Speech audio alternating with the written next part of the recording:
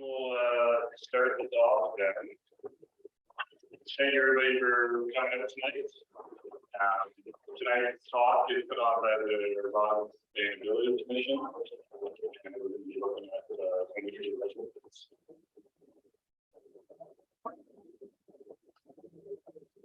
I'd like to start by acknowledging that we're hosting this talk and do this very tonight, people. We're talking about energy in this part of the world, so it's important to keep that in mind. A resource that I want into is our bubble news here, topic on the page. You gotta check it out. They have some great resources there. We have to be able to get territory and yeah, it's a great talk to learn more about it. So a little bit of a plug for the Sustainability Commission. The Sustainability Commission is putting on a talk. This is a organization in town, volunteer run organization in town, funded by the city. We have 4 task forces. We have the Arizona task force, we have the development task force, the energy task force, and the security task force. Their talk is myself and a lot of volunteers are the energy task force, and opportunity people to know more about it. So excited about the talk. If you're interested in any of these topics or interested in sustainability, or if you might be interested in sustainability, we're always looking for volunteers for small projects, big projects. Email all the Facebook people who have to for sharing.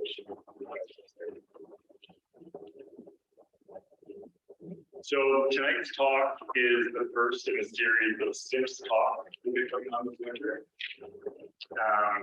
We did a talk last year as well, so if anybody saw those, you can find them online on YouTube. They're all recorded out there. We're following a similar program to what we did last year. We're covering critical aspects or topics of home energy retrofits. What we're trying to do more this year is to spend more time focusing on so we're going to spend less time in the weeds talking about the detail, the technical side of different topics, and we're trying to more time reviewing homeowners to go through some of the different retrofits to look at the projects into the year. What they learned, their goals, to these theories. So we'll be looking live here as well as online. Second quarter day. So tonight's talk is just an intro to home energy retrofits. So we're going to briefly go over why we should be interested in conducting them. Getting used to the critical framework to keep in mind with the thinking about and taking up. We'll go over those. We'll go over a few different professions that talk about home energy retrofits. And we've got Scott, we got online tonight, the energy advisor, so we'll walk you through the energy advisor role in home energy retrofits. And then we will talk about a lot of the program. And sharing everything also online with us.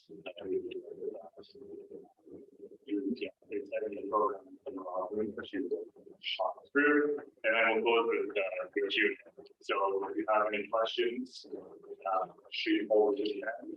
And we'll open it up to everybody. For everybody online, we don't have the chat function like we did last year, so we're just going to wait until the end. Can you address hands? Do you see him? I see them, so sometimes you see, maybe they could do check they're all here. That's good.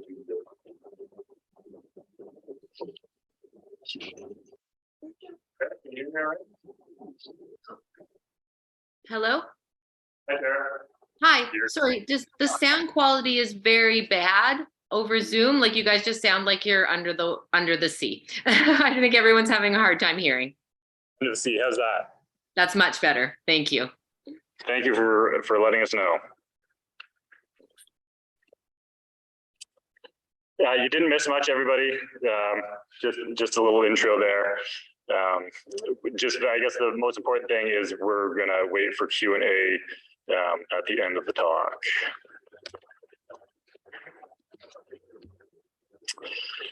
So starting off, what are home energy retrofits?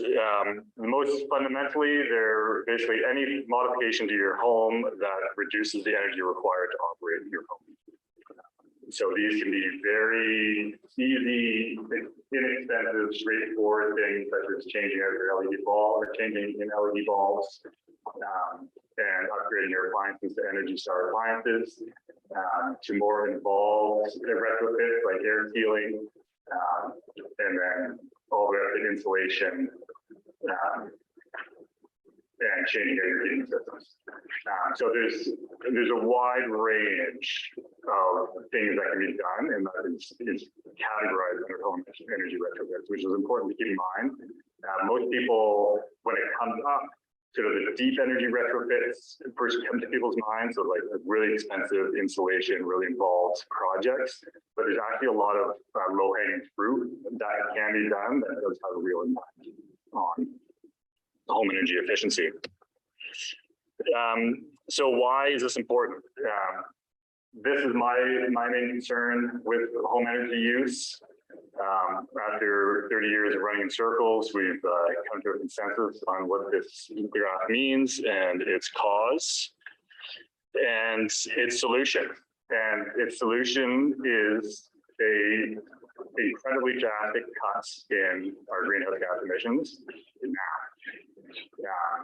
So if you look at the green line, that's the 1.5 degrees scenario, which is to the scientific consensus of a bit of a threshold in terms of impacts of climate change.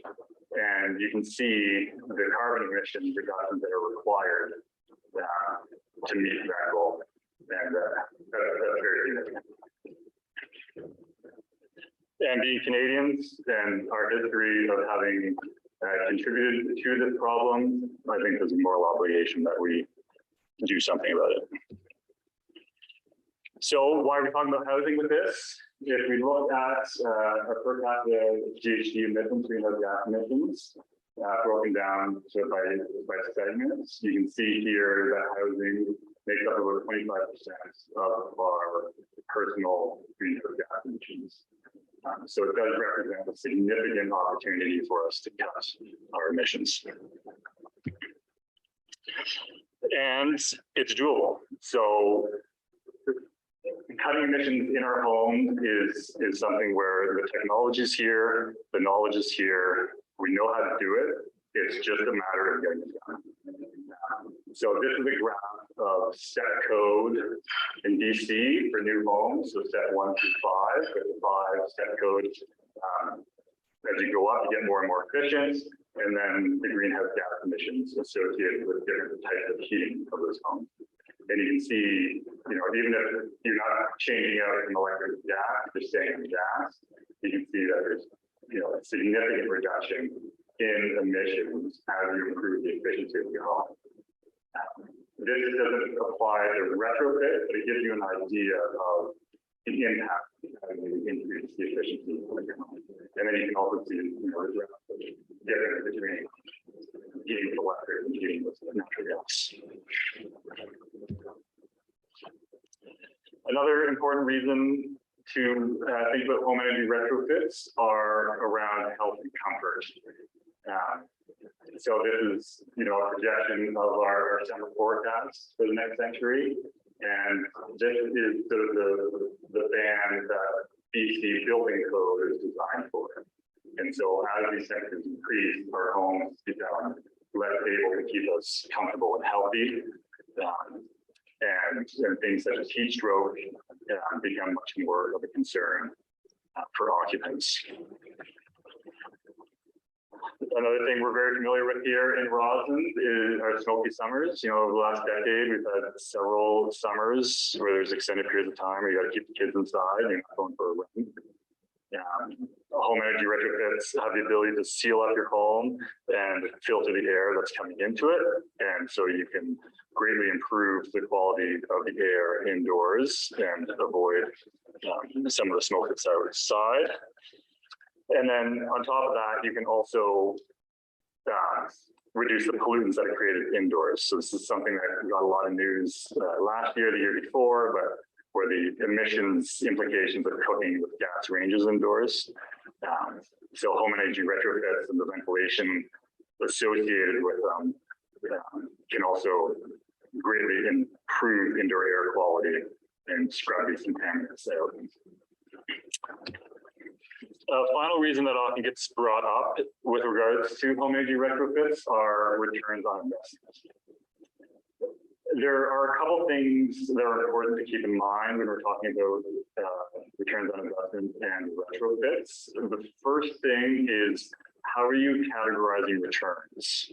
So a lot of people, when we normally think about this, we think about financial returns, and that's how most people think about it, but we've just gone through a list of other reasons why you're doing these retrofits. So if you're crunching the numbers and the numbers aren't adding up, you need to think about the value of your health and the value of, making a personal impact on reducing your emissions. So it's important to keep those non-financial benefits in mind when you're thinking about return on investment. And another thing that's important is that, as we saw at the start, there's a wide range of activities that are classified under home energy retrofits. And some of those will have very clear financial positive returns on investment.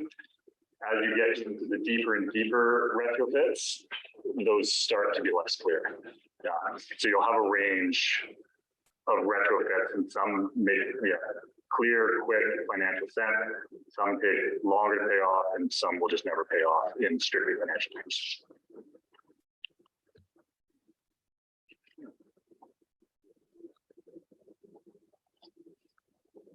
So one of the really important things to keep in mind when thinking about home energy retrofits is the energy efficiency pyramid. So this pyramid lays out all of the different actions that can be taken in home energy retrofits and classifies them according to complexity and investment, as well as impact. So at the bottom here, you have very low to no cost modifications that you can make to your home. And as you work on, things get more and more expensive, more and more complicated, and less and more impact. So when you're thinking about your home energy retrofit and you're thinking about the things that you want to do, it's important to come back to this and make sure that you're paying attention to the foundation of the pyramid. So not only does the impact decrease as you go up, but the financial sense and the impact of higher steps will make less sense if you haven't already taken care of the bottom steps. So for example, heat pumps. Heat pumps are real sexy right now. You want a heat pump, you don't take care of some of these lower steps around draft proof in your house. You go to the side of the heat pump, they're going to come in and they're going to give you a massive heat pump. Whereas if you have taken some of the easier steps and reduce the energy demands of your home first, when they come into the heat pump, you get a much smaller, much more affordable purchase and much more affordable operating heat pump. So yeah, that's an example of why it's important to start from the bottom of the energy pyramid and work your way up if you want to do it most effectively.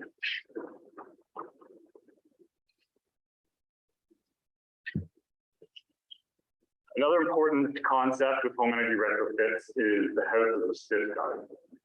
So your home is not just the structure itself, your building envelope. The system is also the occupants, so how people live inside that home, as well as the exterior environment, as well as your mechanical system.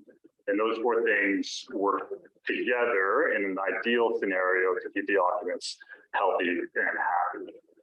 When we're undertaking retrofits, we need to keep in mind that all these systems are working together. And if you address one system without thinking about how it's going to affect another part of the house, you can have some serious negative consequences that can be bad for your health. They can be bad for your home. They can be bad for your energy consumption. So in the planning process, really taking the time to understand the retrofit that you're doing and any knock-on consequences. So an example of this in my own house, I've got a 1959 build, modern construction. We moved in and we immediately started air sealing it. So caulked all the windows, tightened it right up. Great, use less heat.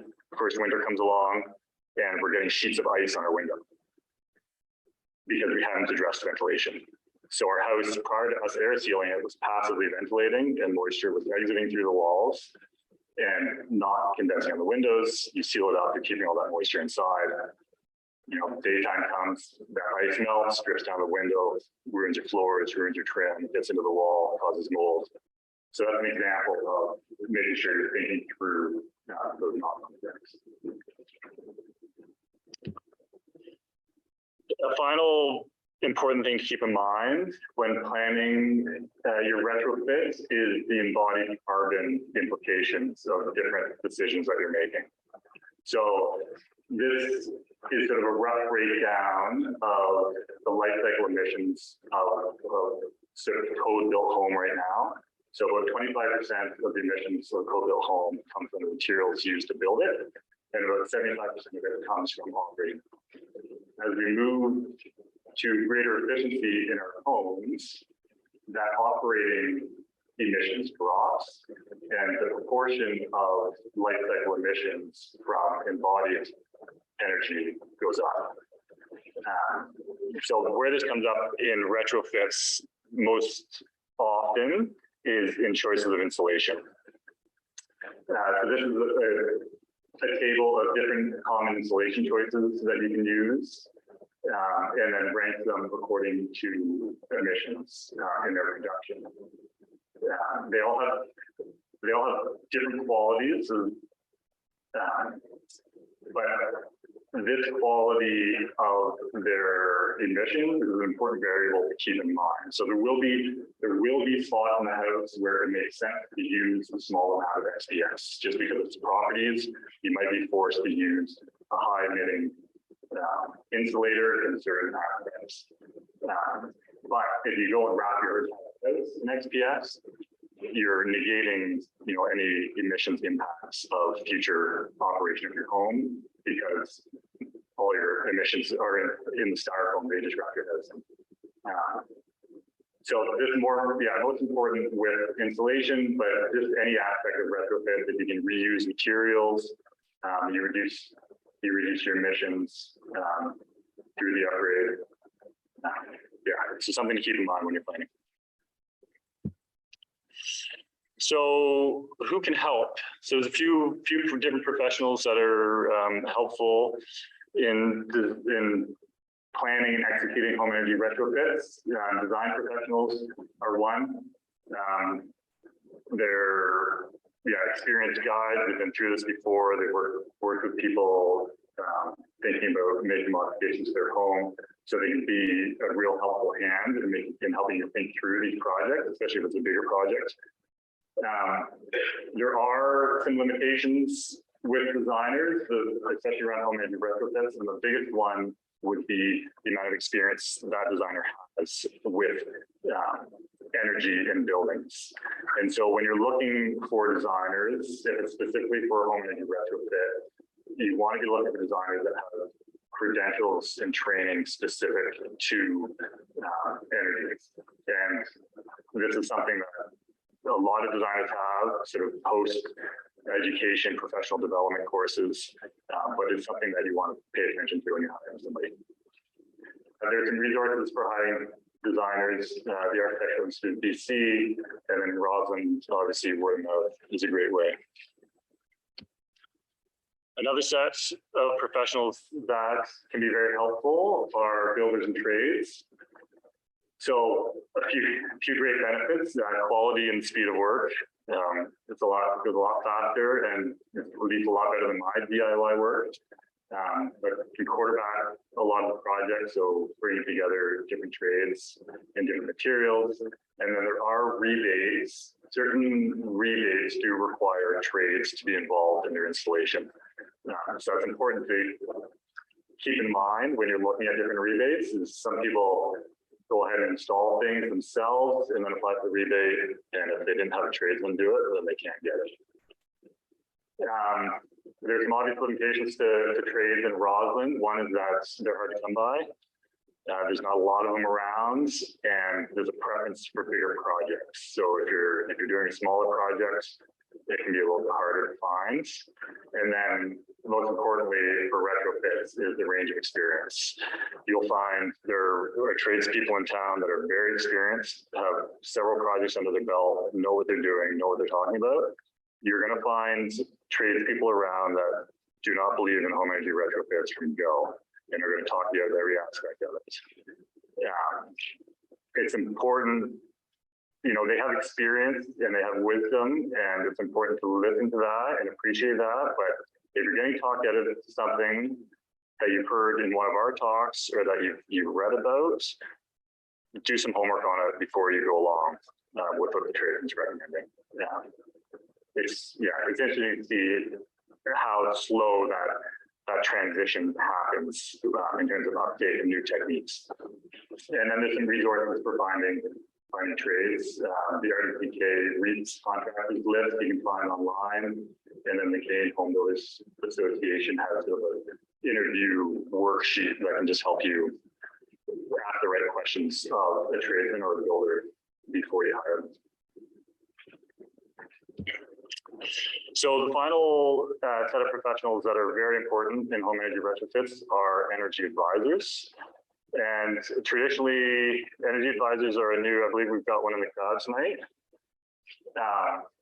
It's a new position, relatively new sort of position in the building industry, and there aren't a lot of them around right now. So it's something that, if you know a young person that's looking for a career, this is booming.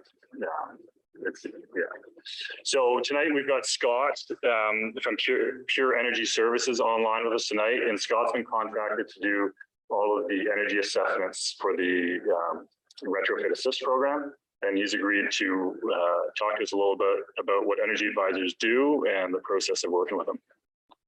So Scott, over to you. Thank you, Matthew. Can you hear me okay? Yeah, perfect. Okay, perfect. Yeah, so will I just tell you then to move on to the next slide? Yeah. Let's go to the next slide. As Matthew alluded to, my name is Scott Hilder. I'm the owner of a little company called Pure Energy Services. And actually, to correct Matt, this isn't a fairly new position. There's been energy advisors around for over 20 years. We haven't been a big part of the building industry for a long time. Just our own little niche for builders that we're looking to build more energy efficiently, as well as homeowners that we're looking to take advantage of rebates or looking to get some guidance on their retrofits. But myself, I have over 15 years experience in the building science industry for residential construction. And I've been an energy advisor operating in BC since 2009, primarily based in the Okanagan, but I've recently started a mobile energy advisor service. So I'll be able to service more parts of BC, most notably in the southern part. So you can move on to the next slide.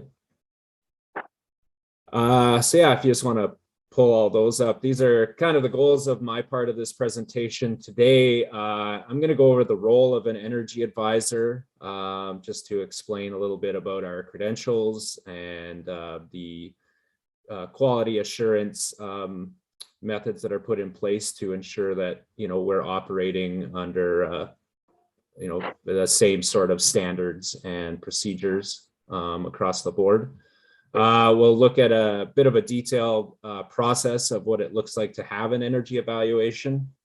as well as what the final product would look like once you complete an energy evaluation. And then throughout that process, we'll also touch on the importance of some of these benefits or importance and benefits of, the final product of having an energy evaluation done. Just gonna move on to the next slide. So what is an energy advisor? An energy advisor is a third-party consultant for residential construction. So essentially that means that we are providing very factual evidence on the energy efficiency of your home with no bias at all to any certain products or services. Actually, as part of our agreement with Natural Resources Canada, we're not able to actually recommend any specific product or specific company to work with. I know some of us will try to, give a list or recommendations of local companies that could be able to help you out, just because I know in places such as Rossland, it might be a bit harder to find, qualified tradespeople to work.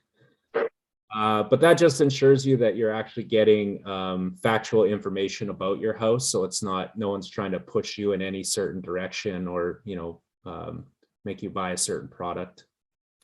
So we are specialists in rating home energy efficiency, and we use what's called the EnerGuide rating service. So the EnerGuide rating service, very similar to the EnerGuide label you'd see on appliances, where it tells you the energy efficiency of that appliance. Well, the rating service allows us to assess your house in the same way.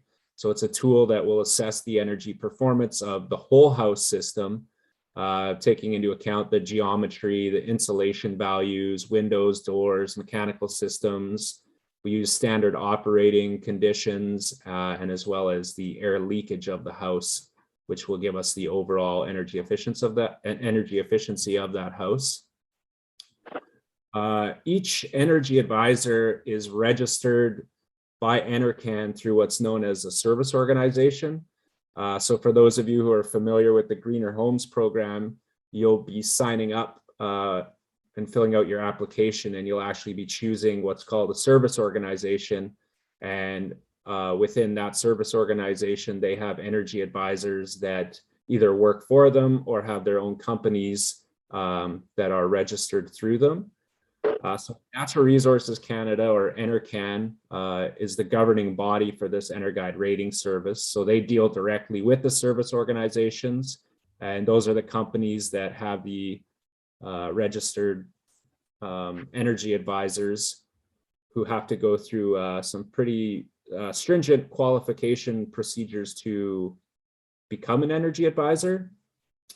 So the service organization provides training for new energy advisors. So essentially, they'll mentor the new energy advisors through the process of doing energy evaluations. But before an energy advisor even gets that far, they have to actually undertake a series of exams. So the first exam is known as the foundation exam, where they have to demonstrate above average knowledge of building science and construction practices in both new and existing home construction. So once they pass that exam, then the next exam they have to pass is the actual energy advisor exam, where they have to display that they have the knowledge and the skills to be able to perform energy evaluations and complete energy efficiency models using the energy modeling software. And they must meet the technical standards of Natural Resources Canada. So there is a pretty stringent process. It's not easy to become an energy advisor.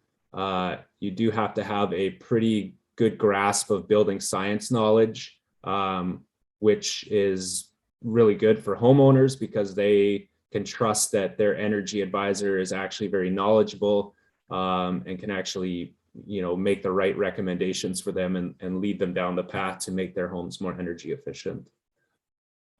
So we'll move on to the next slide. So how the process looks like, basically the first part of the process is what would be called the on-site visit. And that's where we're doing the data collection of all the information we need from the home in order to produce an accurate energy model. You'll hear the word model a lot, and that's just referring to the end product of what we'll get from entering that data into the software. So the on-site visit will essentially go around and measure all the exterior exposed surfaces of the house, including all the exterior openings like doors and windows. We'll assess the construction assemblies of all the components. So your foundation, your above grade walls, exposed floors, exposed ceiling areas. It's not always easy to gauge what insulation values are behind closed walls. So there's a few ways that we're able to get the most accurate information. It can depend on the year of the house, the thickness of the wall assemblies. Maybe there's plans available for the house, or the homeowner has some knowledge of what is actually in the walls. The next thing we would do is assess the mechanical systems in the house. So we would look at the age of them, the make and model numbers to get the efficiencies of the equipment. And the final part would be what's called an air leakage or a blower door test. So if you want to move to the next slide. This is what a blower door looks like when it's hooked up. So it's typically on the front door, but it can be hooked up to any exterior door in the house. So once we set that up, we would go around and make sure that all the openings, such as windows and doors to the exterior, are all closed. Then we depressurize the house. We take readings at different pressure ratings. So this is for two purposes. One is to get the air changes per hour, which would be entered into the energy model. And the second would be a more practical approach for the homeowner, because we'd be actually looking for air leakage locations. So what are air changes per hour? It's essentially how many times the entire volume of air in your house is going to exfiltrate and infiltrate naturally without without any doors or windows open or any ventilation systems. So essentially, the higher the number you have, the leakier your house is, and the lower the number, the tighter you have. And as Matt was talking about, if you make your house tighter, that's where this house as a whole system comes into approach, because now you're going to start wanting to look at proper ventilation in the house, because you can make your house too tight, and if you don't have proper ventilation, it's going to lead to some condensation problems with the amount of moisture that is in your house, which could lead to some health and safety concerns down the road. So this measurement we get, so this air change per hour rating is part of the energy model. So it actually will contribute to your overall energy efficiency.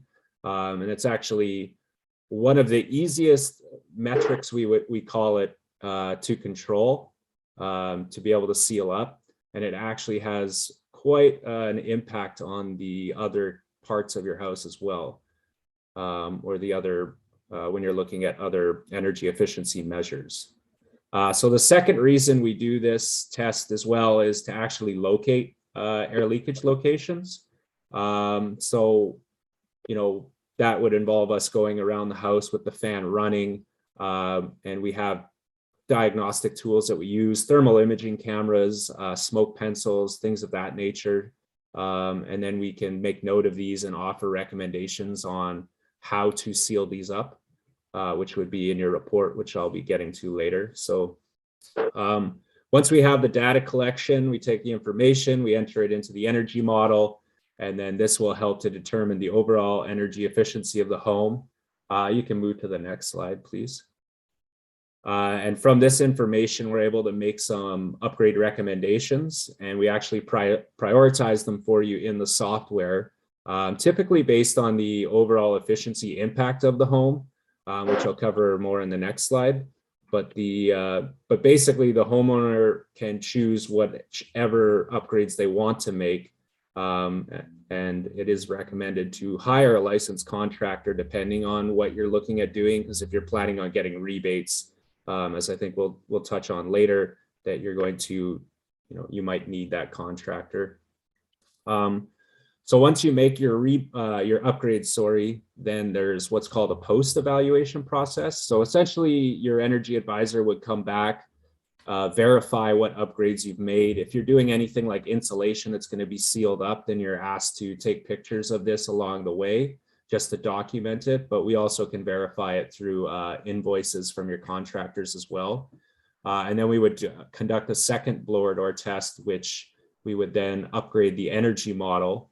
And from this, you would get another report, and then you would apply for those rebates either through the Greener Homes, BC Better Homes rebate, or the rebates that Rossland, City of Rossland's actually offering as well. And you can apply for all three of those rebates. So there's quite a bit of money to get back right now if you're looking to do retrofits.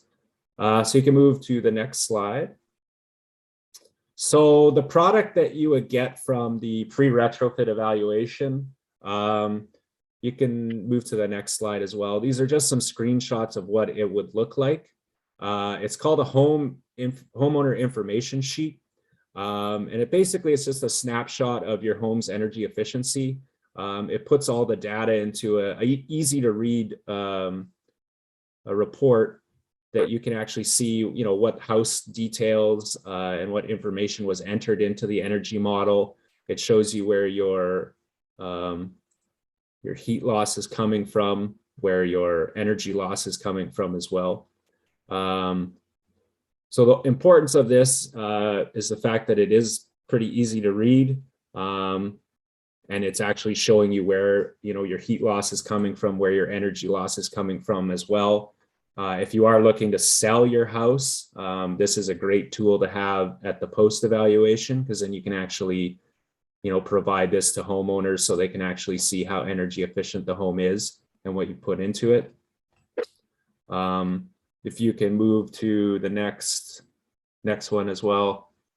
So this slide right here is basically a picture of what you will get, which is your EnerGuide label. So it looks a little different than the ones you're going to see on your appliances, but I will touch on this more. So you can go to the next slide. So this is the second report that you're going to get from our pre-retrofit energy evaluation. It's a renovation upgrade report. This to me, I think, is the most important thing that you're going to get from an energy evaluation. It essentially is meant to provide you with a roadmap with step-by-step recommendations on how to upgrade.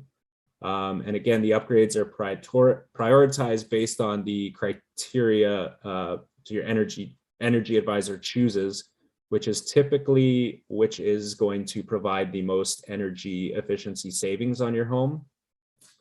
So it'll actually show you, the homeowner, the current energy efficiency consumption versus the potential energy consumption after all the upgrades are made. And you'll see up in the top corner of that first page there that there's that little graph. That's what it's showing there. But they'll also show you what this same house would be performing at built to national building code standards. So just a bit of a comparison to show you where you are, where you could be, and how you relate to current code standards. And then the rest of the pages, like you'll see this second page, there'll be a number of those pages, but that's going to be based on how many upgrades that you're looking to make. So each upgrade is going to come with its own section with some general notes, useful tips, but there'll also be comments in there from your energy advisor specific to your house and potential rebates that you could get back based on the upgrade that you make there. If you want to go to the next slide, and the next slide after that. So there's also a breakdown here of before and after scenarios for heat loss of each component of the house, as well as the energy use. So it'll take where your what your component, what value you have in there, what it would look like with the upgrade, and what the difference would be in energy savings.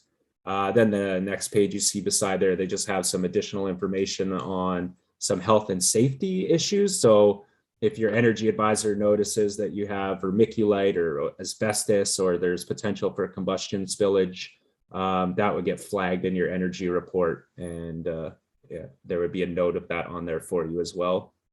And then the last page there, if you want to go to the next slide, It's just concludes with some energy saving tips, as well as this is where you'll see all your specific air leakage locations and where you can seal your house up at. So this document is actually very integral and an important part of the process. It's the roadmap and basically the manual that you will use that shows you the estimated energy savings for each different upgrade. And then based on this report is how you would be able to understand where your house would make the most improvements over the years, or perhaps you want to do it in one big renovation. And then the last slide here, last few slides. So this is what you'll get as well. You will get your EnerGuide label at the post evaluation. If you're not going to go ahead with upgrades, you'll get one. You just let your energy advisor know and he'll print one out and mail one to you. So basically this label goes on your electrical panel. This is a document here that just explains to you what all the information on that label means. The actual label itself will just look like the little picture there that's in the first page. But basically it's just a label on your house saying this house was rated and this is how energy efficient it is. So the costs typically, they can vary. For the pre-retrofit, it can range anywhere from $450 to $750, depending on the company you choose, the size of your home, and the location. And the same would go for the post-retrofit, where it could range anywhere from $400 to $600. Yeah, so that's a very brief overview of what an energy evaluation looks like, what you would get from an energy evaluation, and the importance of that end product, and as well as the costs. So I pass it back to you, Matt. Thank you very much. Thanks a lot for that rundown, Scott. As you can see, this really forms the foundation of that energy pyramid. So getting one of these done, the blower door, Jessica sent me this article recently where they call that the red door of truth, because it tells you so much about your home, with that air leakage being so important to the efficiency of your home. And then bringing in an expert that, you know, has worked in the field for a long time and knows what they're talking about to help you build a roadmap just really sets you up for success in terms of effectively executing the rest of your retrofits. All right, so now we're going to be moving on to Jessica from the Community Energy Association, who is running the new Rossland Retrofit Assist program. And she's going to talk us through this great new program. Great. Can you hear me okay? We can. Okay, perfect. Thanks so much for inviting me today. And, you know, apologies, I'm not there in person. I had hoped to, but I'm actually going to be in your beautiful community next week. So just to honor some family time and spending more time at home, I chose to remote in. So thanks for providing that opportunity. My name is Jessica Martin Thompson, as mentioned, and I work for the Community Energy Association as a climate initiative specialist. And I'm actually today also from Sinaiks territories, but from Fauquier, which is near the Nakusp on the Arrow Lakes. Next slide, please. For those that don't know who CEA is, you know, we are a nonprofit that has been working across BC for about 25 years now, supporting local governments with climate action. So basically reducing emissions, conserving energy, and kind of helping move to a low carbon resilient future. So there's 40 of us that work across the province with various communities of every level. Next slide, please. So the city of Rossland really has been a leader in the environment and climate action space for a long time. You know, I've always kind of looked up to Rossland and what they're doing, you know, beginning with the Vision to Action Plan in 2008. So that's a long time ago now. And so this commitment to supporting climate action has recently been reinforced with their new official community plan. And last year, the city engaged CEA to develop a program to support residents and help progress on some of its climate priorities. Next slide. And so I won't go too far into this, but ultimately, you know, it's a 2-year pilot that we're bringing on, but the goal isn't to do a 2-year pilot and then kind of go away. The goal is through this pilot to develop a framework and the relevant supports that are needed within the community to enable a long-term program and transition that addresses barriers for homeowners to undertake, home energy upgrades. Those barriers can include, accessing an energy advisor like Scott, all the way through to accessing registered and qualified contractors. So we're looking to support all aspects of that. And we are grateful the city has received support from both Fortis BC as well as the Columbia Basin Trust for kind of project design and implementation. Next slide, please. So yeah, I'd like to introduce Rossland Retrofit Assist. I hope most of you in the room have heard about it. We launched the program actually December 1st, with lots of materials and marketing around the community. So Retrofit Assist is really just what it sounds like, a program to provide assistance to homeowners with their home energy retrofit journey. Next slide, please. And so what does that support look like? So we want to support residents kind of from start to finish with these upgrades, and with an enhanced focus on co-benefits. Matt was talking about at the beginning about, yes, it's about, doing what we can to reduce our energy, reduce our greenhouse gas emissions, to do what we can to reduce our own impacts in the climate space. But we also need to be able to have homes that are more comfortable to be living in, that indoor air quality that he mentioned, improved home comfort. Just personal anecdote, I came back to the Kootenays in June 2021 to 42 degree weather, and I was evacuated 3 weeks later with forest fires. So, things are getting real in all of our communities, and we really need to help support community well-being.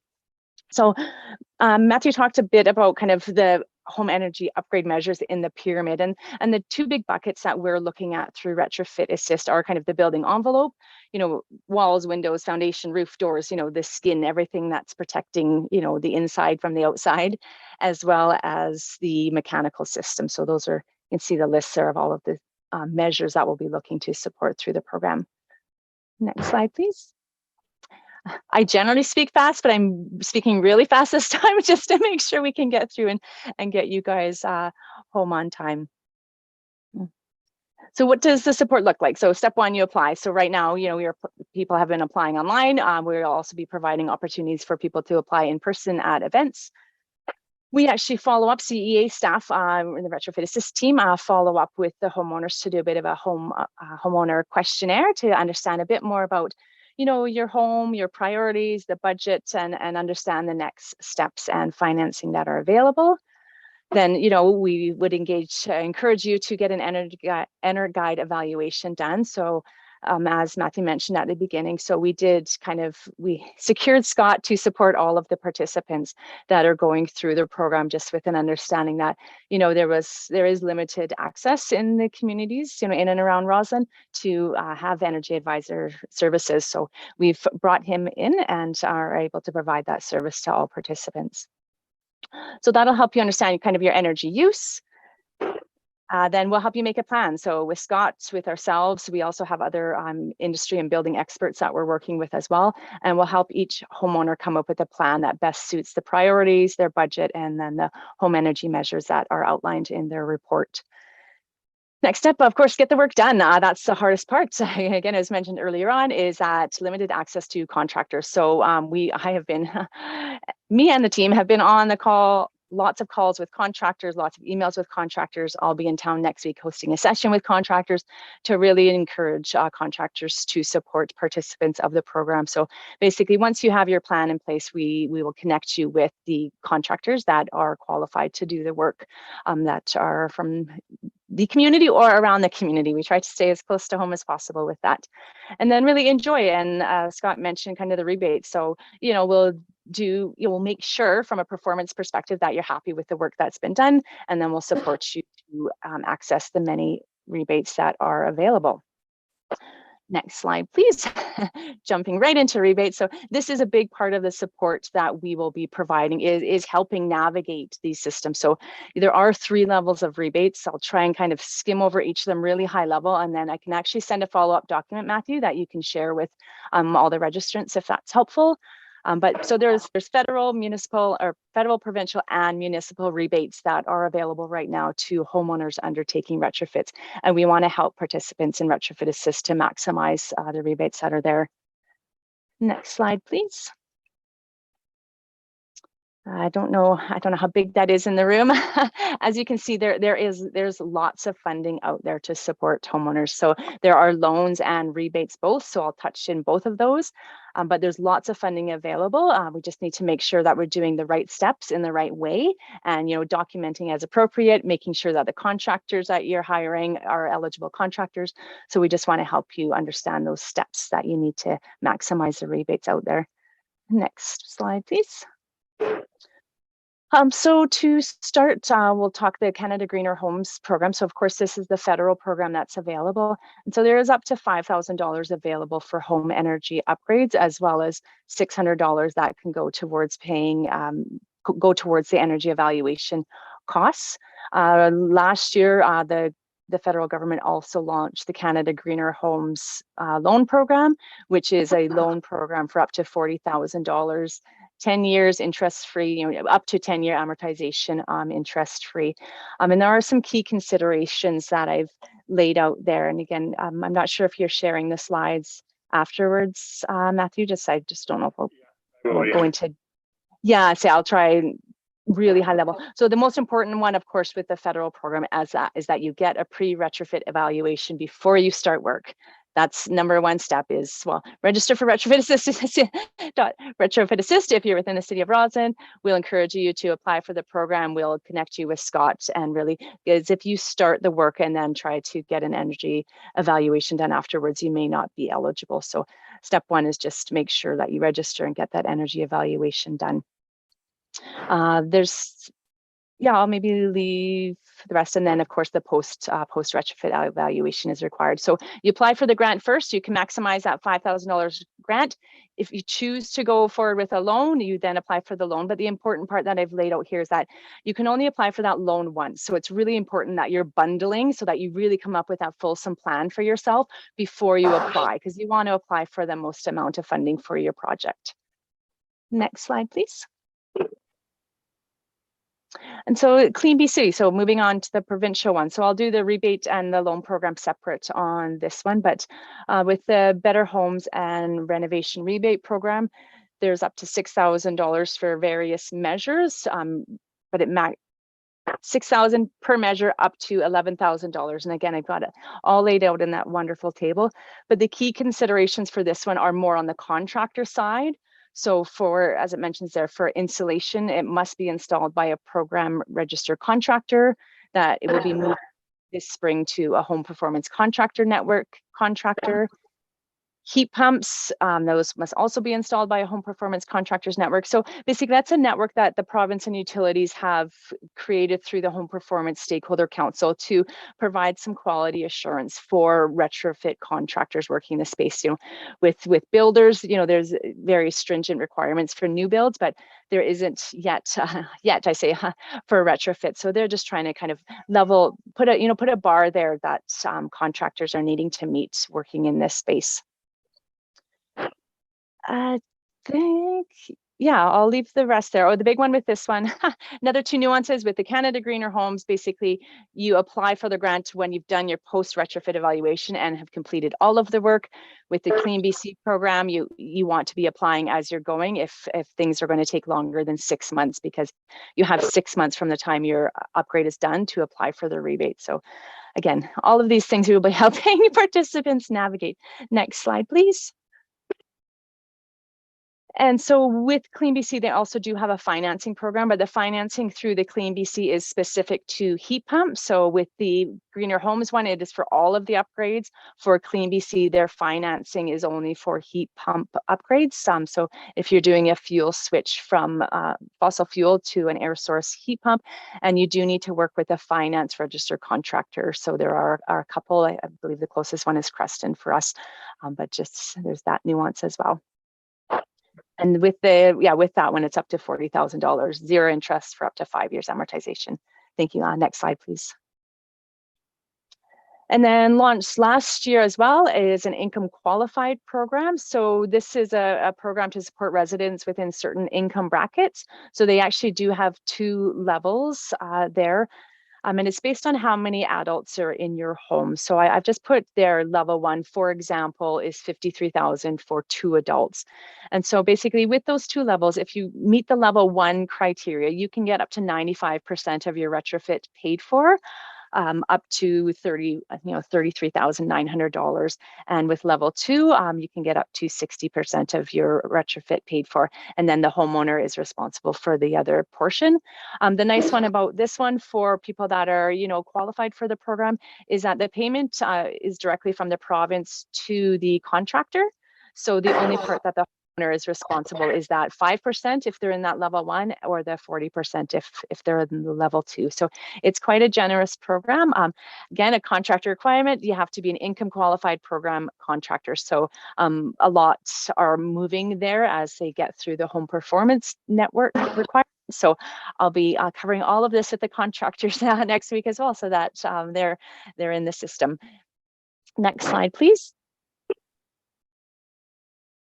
Okay, yeah, I just wanted to share with this, again, through Retrofit Assist, we will be supporting kind of homeowners through this journey, but they do actually have a really great rebate search tool on the Better Homes BC website. So you can see the address on the bottom there, betterhomesbc.ca/rebate-search-tool. And they actually do incorporate the income qualified rebates as well as the federal rebates there. So it's a really nice tool for people to kind of understand. There is lots of links to kind of finer and finer print, but good for an overview of what you could be eligible for within your home. Next slide, please. And last but not least, getting to the municipal level, the city of Rossland actually has very generous incentives as well. Not all municipalities offer this. So the city of Rossland is very generous with these offerings. So, and these ones do need to be applied for through kind of the building permit process. So there's up to, oh gosh, there you go, $6,400 again for various measures. And each of those measures have slightly different nuances for each of the programs. And that's where we're really going to be supporting homeowners that are participating in the Retrofit Assist program. Yeah, I think that's all I'll cover there. We just wanted to kind of circle back to the Retrofit Assist program itself and the status. So, city of Rossland, those residents, man, they were eager.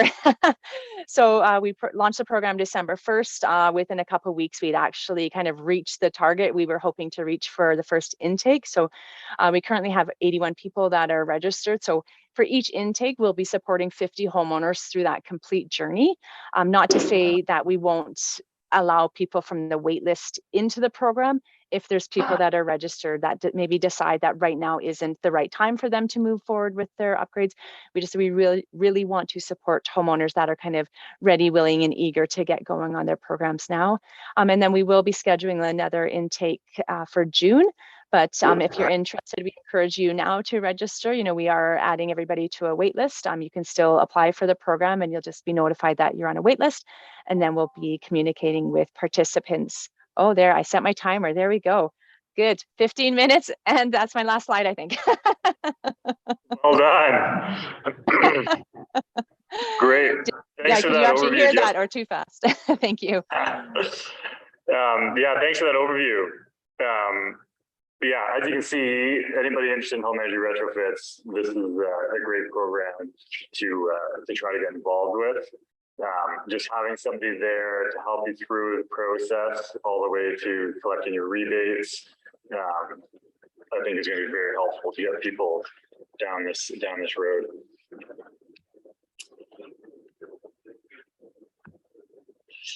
All right, so that's it for our presentation. And yeah, now I want to open it up to anybody with any questions. We've got Jessica on the line as well as Scott. So if there's anybody in the audience that has any questions regarding tonight's talk or anybody online, you can put up your hands and we can let you through.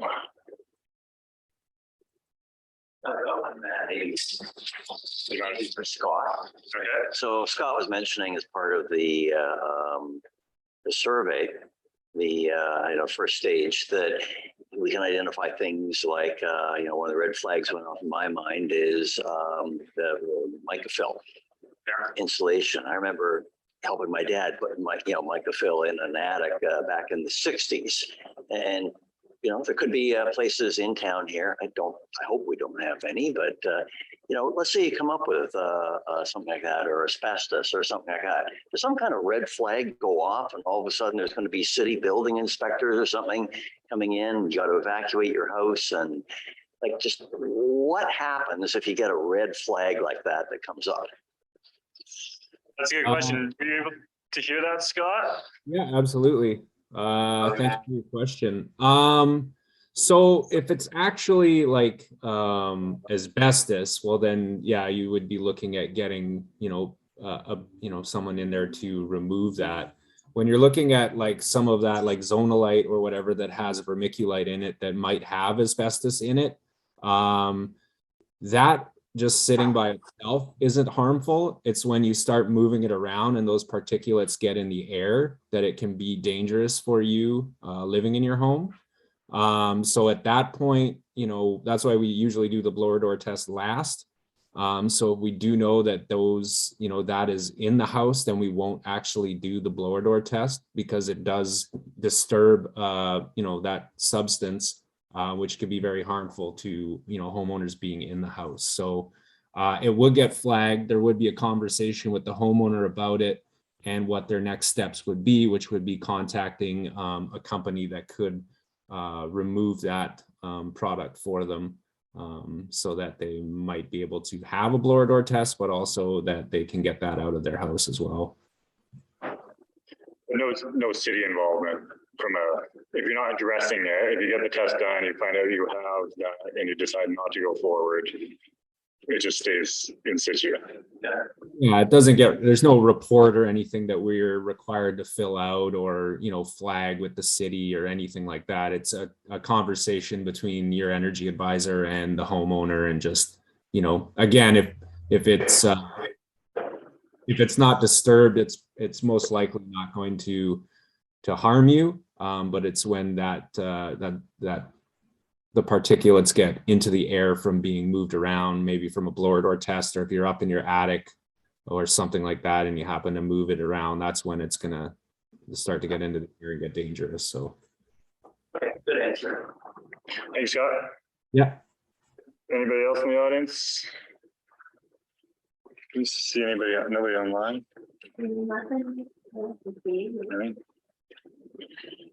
All right. Oh, we got from Tara here. Thank you. I'm just wondering, what are kind of the wait times to get somebody, an energy person, in to do a consultation? Like, are you booked for months and months and months in advance? I guess that's either a question for myself or Jessica.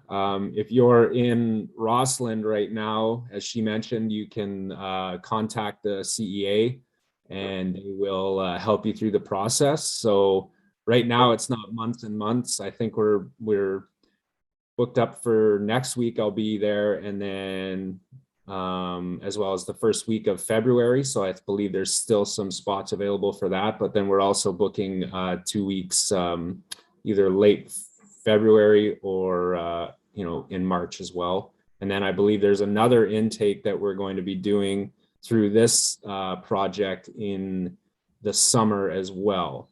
But if you're just looking to go about it on your own, definitely reach out to myself. It's not months and months to book an evaluation. And I do believe there might be a couple other evaluators in your area that might be able to help as well. But I'll just throw a plug. But we do encourage you to apply for Retrofit Assist. Yes. Yeah. Just to add to that, because there are pieces that through the program Scott is doing for homeowners that you would generally pay for. For example, if you will be doing heating upgrades, we will be doing F280s, they're called, which is a whole home heat load calculation, which generally you would pay an EA or somebody else extra to do. So there are pieces that the program is able to cover through the funding and stuff. So just, yeah, I'll throw that out there. All right. well, if there's no more questions, we'll wrap it up. So everybody that registered online, I've farmed your email addresses, and I'll send you a follow-up document sort of going over what we discussed tonight with links. Anybody in the audience that don't have your email addresses, if you want this follow-up document, you can send Kristen an email, and we'll put you on the email list and get you that follow-up information.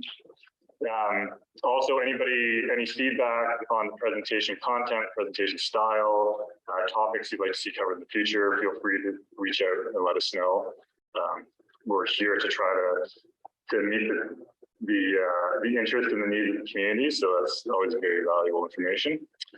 And then, yeah, we'll be back 2 Wednesdays from now, so the 25th, and we'll be looking at air sealing.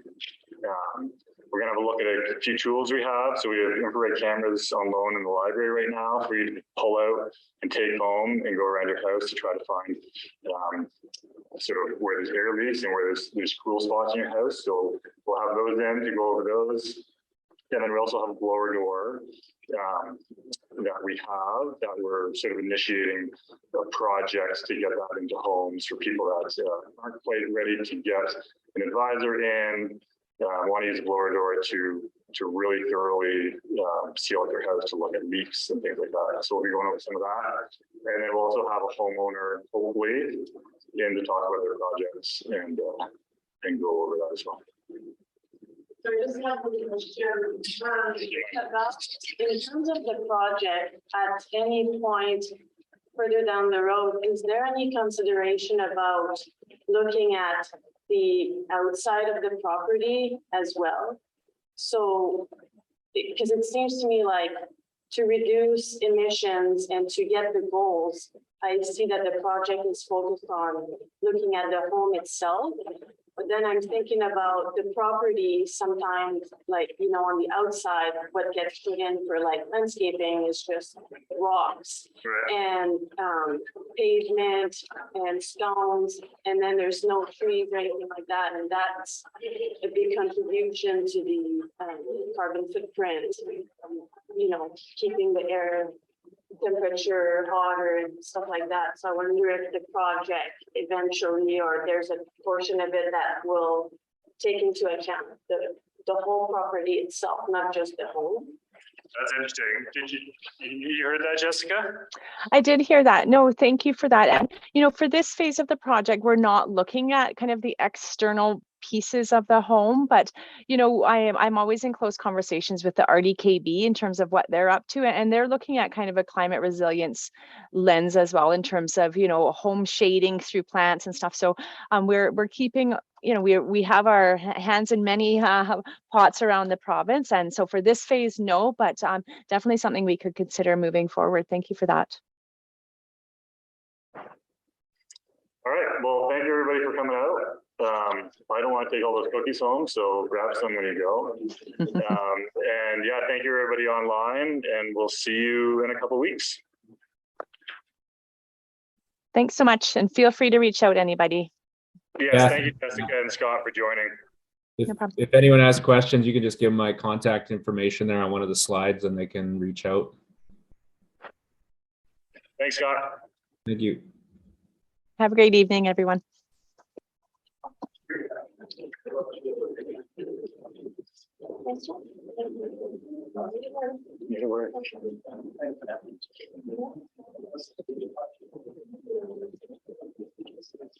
I know.